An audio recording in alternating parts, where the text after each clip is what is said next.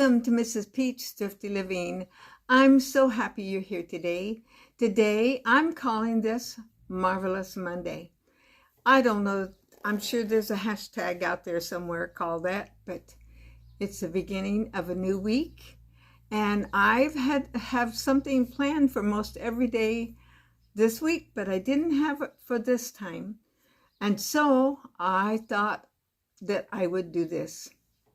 Stay tuned, I'm going to show you. When I was in North Dakota, I bought a couple of cookbooks at the thrift store. I think I showed you both of them.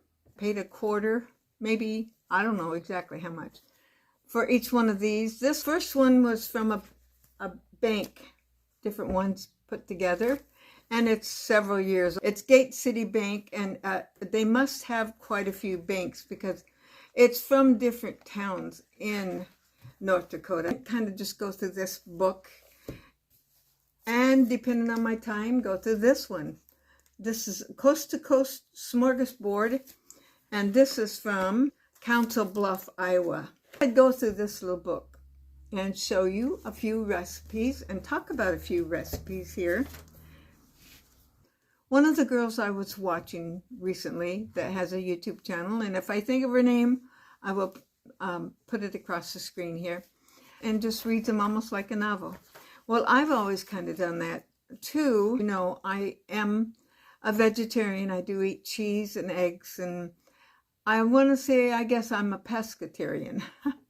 That because I do eat fish. So with that being said, my attention is drawn to ones that don't have meat. But remember, most of these that you come across, you can add whatever kind of meat you would like with it, and it probably would go over very well. The first one I come across, this was from a lady, her name is Lois, and she is from Fargo, and it's mock chili rellenos.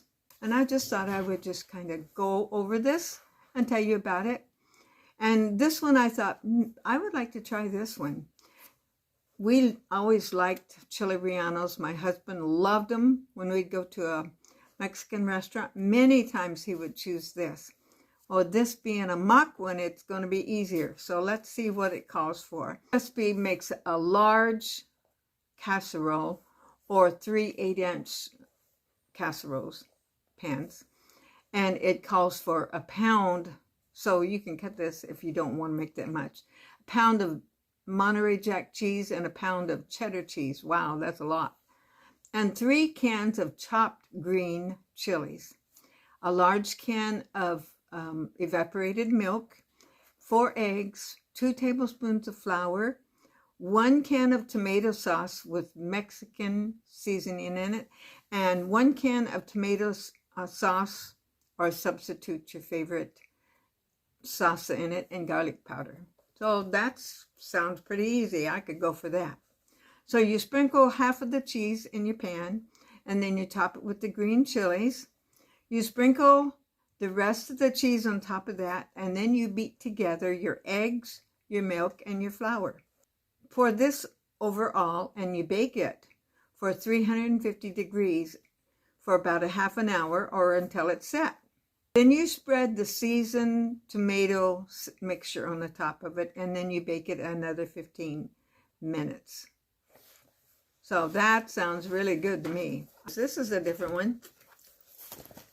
How's this? Sweet pickles from dill pickles. You use 2 quarts of pickles. I guess you could probably buy them at the store. 3 cups of sugar, a 1/4 cup of water, a 3/4 cup of vinegar, 2 teaspoons of pickling spices, and 2 teaspoons of cloves. Drain the dill pickles and cut into chunks. Put the pickles back into the jar. Boil the sugar, water, vinegar, pickling spices, and the whole cloves together for 6 minutes. Pour them over the pickles and let stand for a day or 2 longer in your refrigerator. Here's another one that is bachelor's soup.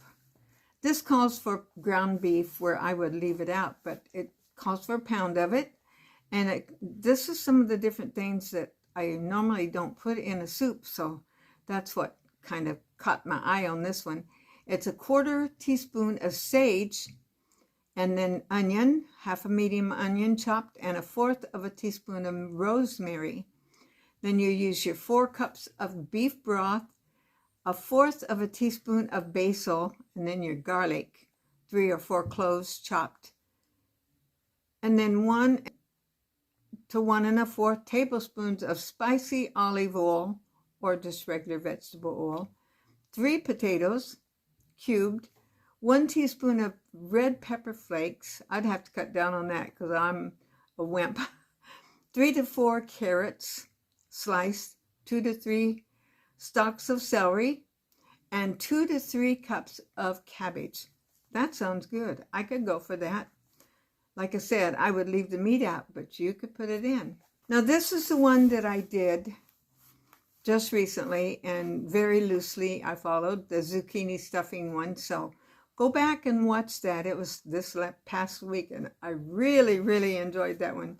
Actually, I have 2 pieces left of it. I put it in the freezer, and I'm going to enjoy it in a week or so.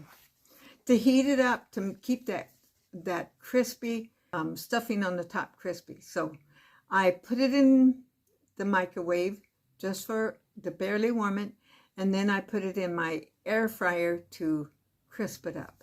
That made it really nice. I'm going to tell you both of these, I think. Baked corn. You take a can of whole kernel corn and don't drain it, and then a can of cream style corn, and then you take 1 cup of uncooked spaghetti noodles, 1 cup of diced Velveeta cheese. I would use any kind I had. Half a cup of butter. I would probably cut down on that, knowing me. And 2 tablespoons of chopped onions. You place all of that in a baking dish. Cover and bake for 1 hour at 350. Bake an additional 15 minutes. Okay, that was covered. Okay, and then bake another 15 minutes uncovered. That sounds good. Loaded with calories, of course.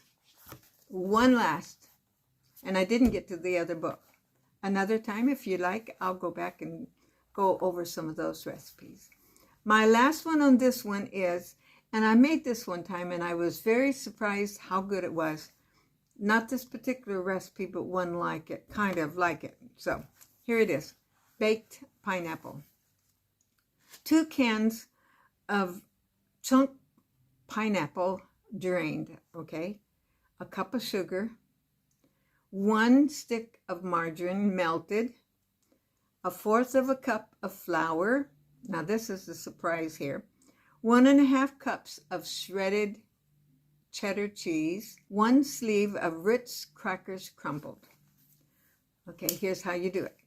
You put your pineapple in a casserole dish.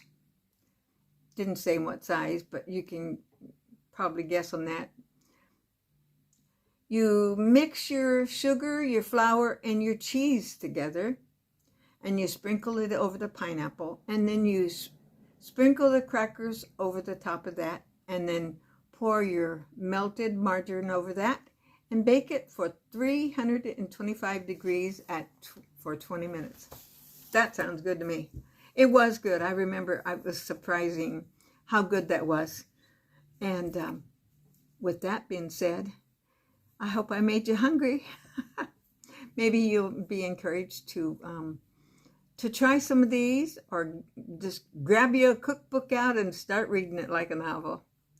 You'll find you'll be inspired. It's like going on one of these YouTube videos and watching it and think, oh, I can make that. And run in the kitchen and start making it. I've done that more than once. I want to thank you for watching today. I hope you enjoyed what I had for you today. I hope you'll come back tomorrow. Tomorrow is Tea Tuesday. I put a glimpse of my life. I'm getting close to being the end of these till I think of some more stories and things that happen in my life. And then I have budget meals under $5 for Wednesday to me. So I have something planned just about every day for the rest of the week. And by the way, if you did not watch yesterday's video, it was the testimony, the miracle through prayer Please go back and watch that. If you know somebody that needs a healing, just know He heals today. Jesus still heals today. And if you haven't subscribed yet, go ahead and subscribe, like, comment, and share. I love to hear from you, and I pray God blesses you today. We'll see you tomorrow.